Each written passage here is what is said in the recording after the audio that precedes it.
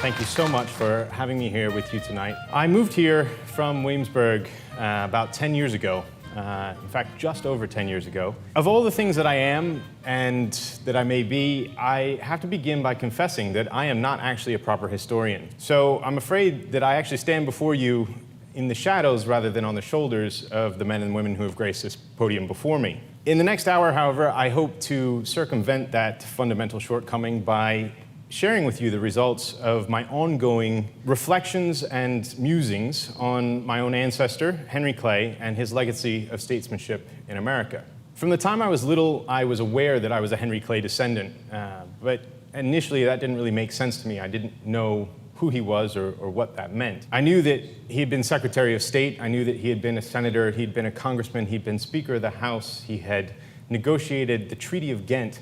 And yet, none of that really made sense to me. The one thing that I continuously heard and knew was that he was a great statesman. That meant even less to me than all the other things. I really couldn't understand what statesmanship meant, but I knew that if I was speaking to an adult, I'd mention Henry Clay, the great American statesman. And that seemed to pacify everyone, much as Henry Clay liked to pacify his fellow colleagues in the House and the Senate. And he'd earned the nickname the Great Pacificator and the Great Compromiser by taking tremendous steps to keep our country together in the first half of the 19th century. But as I've grown up and begun to work in circles in which he actually worked, I have grown increasingly fond of my connection to Henry Clay, and I have come to revere his legacy more and more by the day. I want to share a little bit about him just to get us all on the same page, to make sure that we're talking about the same person from an almost resume standpoint, but then put a little bit of meat on the bones and talk about Henry Clay as a person and what made him so compelling as a character throughout the first half of the 19th century. And then I want to share with you some of my musings on what statesmanship actually means, because it is a term that gets thrown around a lot and rarely defined. And I have become a big fan of defining terms, and I'll tell you a little bit about that as we get along. Finally, I'll open up the floor to what I hope will be both a series of questions, and hopefully I'll have some answers, but also I'd like a discussion, if we could, on what statesmanship means to all of us, because I think there is a personal component to it as well. And hopefully we will have a lively discussion that will continue beyond this room as the evening unfolds. As Henry Clay and I share ancestry, I will start by saying that our forebear, Captain John Clay, arrived in Jamestown in 1613. His nickname was the English Bombardier, and actually came from Monmouth in Wales, where my family had been for several centuries after being granted a large parcel of land by the monarch. It was about 150 years before anyone from the Clay family really left Virginia. And in that time, the Clay family developed as a strong and visible member of the planter class, which meant that they owned slaves and they owned property. And it was in that environment that Henry Clay was born on April 12th, 1777, less than a year after we declared an independence from Britain. The Revolutionary War was ongoing, and Henry Clay was only 3 years old when the British troops ransacked his home in Hanover County, Virginia. And it was only a year later that his father, Reverend John Clay, died, leaving his mother to look after their 7 children. And that's 7 of originally 9, as I believe 2 had already deceased by that point. Elizabeth Clay, Henry's mother, saw to it that despite the hardship, Henry was going to get an education. And he was educated in a log cabin with a dirt floor by an Englishman who had to leave England under cloudy circumstances. And he was very fond of that education, despite having, not surprisingly, a negative view towards Britain, given what had happened when he was 3 years old. Henry took to his teacher and learned a tremendous amount at school, and did very well at school, even while balancing his duties at home. And those duties included going to the mill routinely in Hanover County, which is often called the Slashes, which earned him the nickname Mill Boy of the Slashes, a title that actually played heavily in his political campaigns of the future. So as Henry grew up, his mother remarried, and his loving stepfather, who looked after him very well, saw to it that he be given as much opportunity as possible to succeed. And at the age of 19, his stepfather arranged for him to work in Richmond for Chancellor George Wythe. Now, George Wythe had already served from 1790 onwards as the first professor of law in America at my own alma mater, the College of William and Mary. So educated in the same tradition as Henry Clay, I'm particularly keen to bring up the Wythe education, but it was also very formative for Henry. Wythe had not only educated the men and boys who had moved through William and Mary over the years, he had been Thomas Jefferson's own mentor and John Marshall's own mentor. So Wythe's legacy was tremendous already on some of the key figures of our early years. And Henry was educated in that tradition by George Wythe. In 1797, he passed the Virginia bar, something which I can attest is quite a feat. And looking at his prospects, realized that he had an opportunity to move out to Lexington, Kentucky, where there was a blooming and burgeoning legal market. Kentucky was a new frontier, and as a result, there were all kinds of land and title and property disputes that were keeping lawyers very busy and well employed. And so he went out and found his way in Lexington into a legal practice and began very quickly to have success. He also had a tremendous success socializing in Lexington, and within 2 years of arriving, married the daughter of one of Lexington's wealthiest businessmen, Lucretia Hart. Henry married Lucretia at quite a young age and stayed married to her his entire life. She outlived him, and together they ultimately had 11 children, not many of whom survived to adulthood, but I certainly thank goodness for the one that did. So as Henry began to build his life in Lexington, he garnered a reputation for being affable, likable, but also quite intense and firm. He was not to be trifled with. And his legal practice took on a completely different league when in 1906 he ended up representing Aaron Burr. Aaron Burr, a major political figure and historical figure, had been accused of launching an illegal expedition into Spanish-held territories out west. And Henry Clay was convinced that he was innocent, and so actually represented him successfully in court and defended him.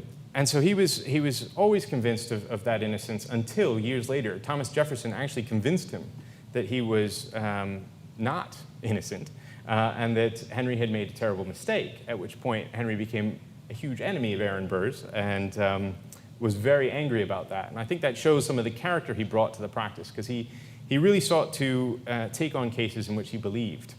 And as a result, he did very well. He was quite convincing. He became a very good orator in court. He was very convincing both to the judge and to juries, and people liked him. And so in 1803, actually before the Aaron Burr trial, he found his way into public life for the first time.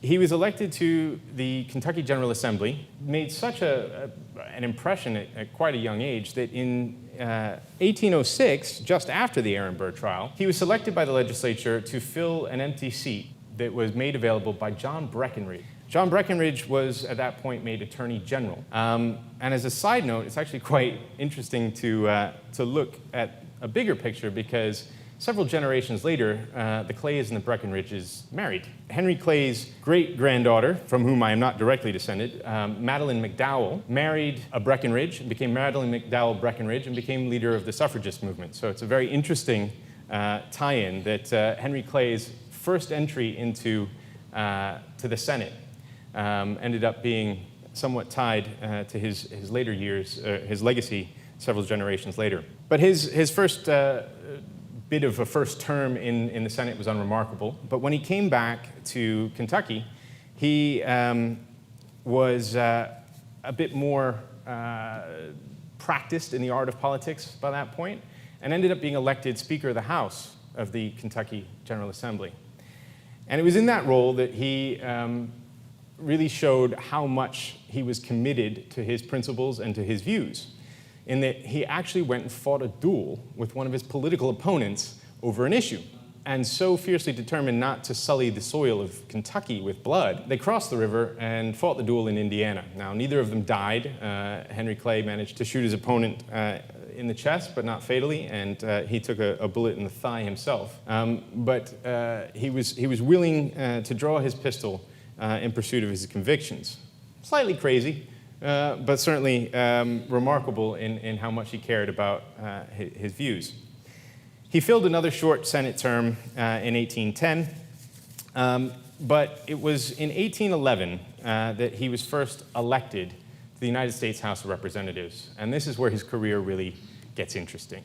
He is the only person to have ever been elected Speaker of the House on his first day as a congressman, and he is credited with really turning that role, the role of the Speaker of the House, into what it is today, a major position of great influence. As Speaker of the House, he advocated in 1812, not surprisingly given his history with the Brits, that we enter the war. Somebody brought up that he was a war hawk, and he was. He was firmly committed that we needed to go to war with Britain to clarify where we stood as a country.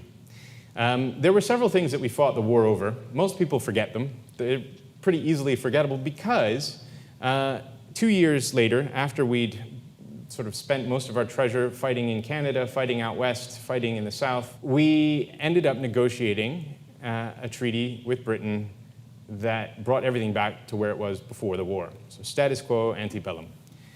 And it's interesting that Henry Clay was such an adamant war hawk, and yet he was also one of the principal negotiators of that treaty. I had the opportunity this past year, thanks to Ashland, the Henry Clay estate, to which he moved in 1806, to actually go to Ghent and to walk around and follow in Henry Clay's footsteps during the process of negotiating that treaty. And I'll come back to this in a bit, but it was fascinating to me to see that he had left an imprint there that people actually talk about day to day and still remember as a sort of collective memory. And we'll get into some of the more enjoyable anecdotes in a few moments, but I flagged that as an interesting turning point in his career, because I think he came back from that trip with slightly new perspectives. When he returned, he ended up actually in the Senate again as part of what is still known as the Great Triumvirate. Henry Clay, Prince Harry, Harry of the West, represented the western component of America. Daniel Webster of Massachusetts represented the North, and John C. Calhoun of South Carolina represented the South. Those three great statesmen, despite differing views, differing backgrounds, differing temperaments, managed to work together in a sort of strange partnership to really drive forward a lot of the policies that have actually endured through this day. Henry Clay was adamant about creating what he called the American system. He wanted a network of roads and financial institutions and transportation infrastructure that would connect the various states, maintaining their rights, but at least integrating them into a fully functional union. And that, I think, today is still a goal that we need to continue working towards achieving, but it is something that he really pushed hard and ended up becoming a defining element of his political career for years to come. In 1817, perhaps also influenced by some of what he experienced abroad, he became, oddly, a Latin American hero by advocating independence movements in Latin America. Incidentally, Venezuela still considers him a national hero, as he was, in his influential position in America, quite influential in helping the Venezuelans gain independence as well. In 1820, Henry Clay was the architect of the famous Compromise of 1820, or Missouri Compromise, that helped stave off some of the frustrations and tensions that would ultimately lead to the Civil War. And in 1824, Henry Clay became the 9th Secretary of State. Unfortunately, he became Secretary of State under somewhat unfortunate circumstances because of what was known as a corrupt bargain, where he threw his weight behind John Quincy Adams in his role as Speaker of the House of Representatives.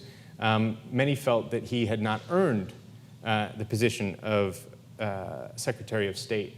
And that ultimately, I believe, cost him the presidency, because he ended up running for president 5 times, failing all 5, and becoming famous for his quote, "Well, I'd rather be right than president." In 1833, he came back to his sort of role as a great compromiser, and again brought the country from the brink, where he managed to get South Carolina to back off its move towards secession under a tariff compromise that kept things together for a while. And in 1850, after several unsuccessful attempts at retirement, he came back into public life to help negotiate the Compromise of 1850, which kept the country together for just a few more years. Henry Clay died in June of 1852 at the age of 75. I think it's interesting to look at some of the biographies that were written of him. They were written at different times throughout his life. And throughout, they call him a great statesman, but they all remark of what a fascinating character he was. And so with that sort of resume of Henry Clay, I want to sort of make this a bit more fun and a bit more casual, because Henry Clay was fun. He was liked by everyone. He was not a great-looking guy, but he was beloved by the ladies. He was always out ready to have a good time. And as much as that sounds like he was just a jokester or a prankster or a drunkard or a card shark, he used that affability and that congeniality as part of his service. He really made it hard for people to hate him. They might not agree with him. They might actually really hate what he had to say. But at the end of the day, he managed to keep people together in a way that we don't often see. When I was in Ghent in December, it was fascinating, because almost everybody I talked to said, Treaty of Ghent, 200 years, yes. We loved the Americans. They were great fun. They actually had a great relationship with us. The Brits, however, stayed far away in a place way outside of town and didn't really interact at all. But apparently the Americans came out drinking and partying and having a good time all the time. And I was like, yes, that would be Henry Clay. There are stories from John Quincy Adams' diaries and his letters to his wife during the time in Ghent, which I think epitomized how Clay behaved, in that Quincy Adams, a Puritan, couldn't stand Henry Clay for much of it. Henry Clay was coming home as John Quincy Adams was waking up to start his prayers and his study. He was out every night, and I actually got to even go into some of the bars that still exist where he went. It was great fun. But what was so interesting was the legacy that delegation left was this sort of very friendly, enjoyable, congenial group. And ultimately, John Quincy Adams came around to realize that there was great value in what Henry Clay was doing, that he was building such an incredible relationship and such a personal relationship with the people in Ghent, that he wrote that our relationship with the townspeople is our guard of honor. And that was in contrast to the Brits, who needed to keep a red centurion out in front of their gates at all times to keep themselves protected. And I won't draw too direct of a parallel to today, but it certainly makes you think about perhaps where we are today in terms of force protection and diplomatic security, and whether we are approaching things in quite the right way. I'll park that. But Henry Clay used to, every time he came from Kentucky to Washington, bring with him a barrel of bourbon. Somebody mentioned bourbon, and it was actually integral to his experience as a politician and as a statesman. Bourbon was not what he used to get drunk, it's what he used to get others drunk. He shared it, and the way he put it was, he brought his barrel of bourbon with him from Kentucky to Washington to lubricate the wheels of government. And he understood that actually sharing a drink and having a good time with somebody made it a lot easier to work with them. And it made it easier to get past positions and towards interests, and to actually find out what people cared about. And I think that's what I started to realize that he was doing. And he had all kinds of facades. He used to show up with multiple female dates, young female dates, none of which were his wife, to events. There is no evidence he ever actually cheated on his wife, but he was always surrounded by girls and having a good time. And despite that sort of playboy facade, he really was quite a serious negotiator. He was firm, he was tough, he was willing to fight a duel, he was willing to put aside his personal views and get things to work together for the betterment of the country. He was also a man of many contrasts and paradoxes. Henry Clay Jr., his son, my great-great-great-great-grandfather, was educated at West Point and served as a lieutenant colonel in the Army. But as a child, Henry Clay Jr. Was actually a schoolmate of one young man called Jefferson Davis. And they knew each other from boyhood, and they ended up serving together in the Mexican-American War. And my ancestor, Henry Clay Jr., was killed in the Battle of Buena Vista. And it was actually Jefferson Davis who collected Henry Clay Jr.'s body, and out of respect for his father, brought him back to Ashland in Kentucky and paid his respects and said, "I'm sorry, here's your son." Now, it's interesting because at the same time, Abraham Lincoln continued throughout his career and to the day he died to consider Henry Clay his beau ideal of a statesman. And he kept a portrait of Henry Clay on his mantelpiece, including at the White House. There was one on the White House mantelpiece when Lincoln was assassinated. And this sort of weird ability to appeal to people of lots of different backgrounds, lots of different views, and work with them effectively, I think is why we call him such a great statesman. And so I wanted to share some thoughts about statesmanship. And I was a finalist for the Rhodes Scholarship when I was 18 years old. I was the youngest candidate ever from the state of Maryland. And I had prepared an essay that talked about justice and cultural issues. And when I walked into the interview, I was actually blindsided by some simple questions. What is your definition of justice? What is your definition of culture? And unfortunately, at the time, I had a definition for neither. But it has made me very fond of defining terms, and at least working towards a definition. And we talk about statesmanship often. It's in the papers. It's in public discourse. It's heralded as what we need or what we lack or what will solve a problem. But rarely do we sit down and take a conscious attempt to define it. And since I kept hearing throughout my childhood that Henry Clay was a great statesman, and there are books that have been published, Statesman for the Union, I wanted to try to tease out a little bit of what it means, both historically and today. There is a core, there's a character, there's a depth to it that being a politician or being a politician for a long time or compromising doesn't quite capture. Politicians are often, at this point, celebrities of a sort. And celebrities are often media-made and media-maintained.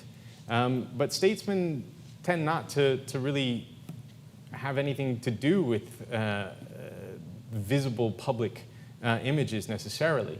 They have something to do with a core accomplishment that they're seeking. And I found a quote that I think gets us a little bit closer to what I hope will be ultimately, at the end of the night, a definition that we might all come to.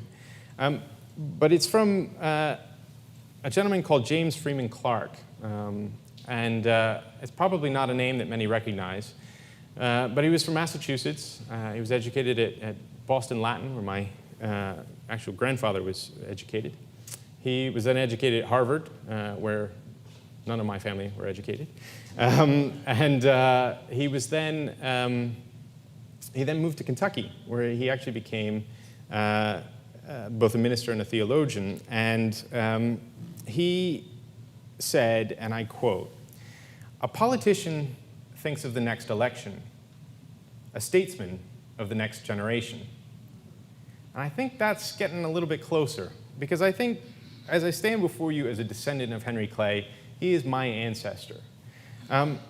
But in some way, when I talk about Henry Clay to other people, I actually feel like everybody shares him as an ancestor. There is a sense that he is an American ancestor to all of us, and he gave himself to this country. He cared more about this country than himself or than his family, and not in a bad way. And so when looking at statesmanship, I started to realize that I think what made Henry Clay a statesman is that he cared more about America today than many of the people who sit in office today.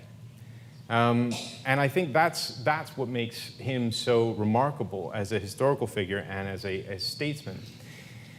In the 1960s, and actually for several decades now, the Senate has conducted a sort of a review of senators, great statesmen of the past. And Henry Clay remains one of the top 5 of all time. That's pretty remarkable, given that we've had quite a few. And I think that it is that notion that he was perhaps not the most brilliant. He was perhaps not the most quote-unquote successful politician, but everybody knew that he cared so deeply about this country that he was willing to put everything on the line. He came out of retirement several times. He kept trying to retire. He wanted out of public life. And yet he kept coming back because he felt that what he needed to do was more important than his own rest, his own retirement, and that he was uniquely poised to help the country. I think I want to end by taking a crack at a definition, but what I'd like to do is hopefully open up the floor to a broader discussion and hear your views, answer questions, maybe share more stories. But I will attempt my working definition, and this is an ongoing exercise for me that I doubt will ever ultimately conclude. But a statesman, to me, at this point, is an individual who, in adeptly exercising a public function, remains steadfastly committed to placing public good above personal gain. It's somewhat trite, it doesn't quite capture it, but it does at least get us past some of the notions of compromise, time in service, and skillful politics, which are often about getting ahead rather than actually advancing a cause. So I just end with a prayer, really, that we return to a place where all of us as voters perhaps emphasize more the characteristics of people who, in exercising their public function, are more interested in America and in our greater good than they are in their own personal interests and personal gain. I think we've come to a time where that is extremely important. We're not at an easy juncture in American history. I see it in all sorts of ways, the coalface out abroad and at home. And I really hope that in the coming years we can start to value motivation more than perhaps image or flair. So I hope that gives you a glimpse into Henry Clay, both as a politician and as a statesman, but also as a person.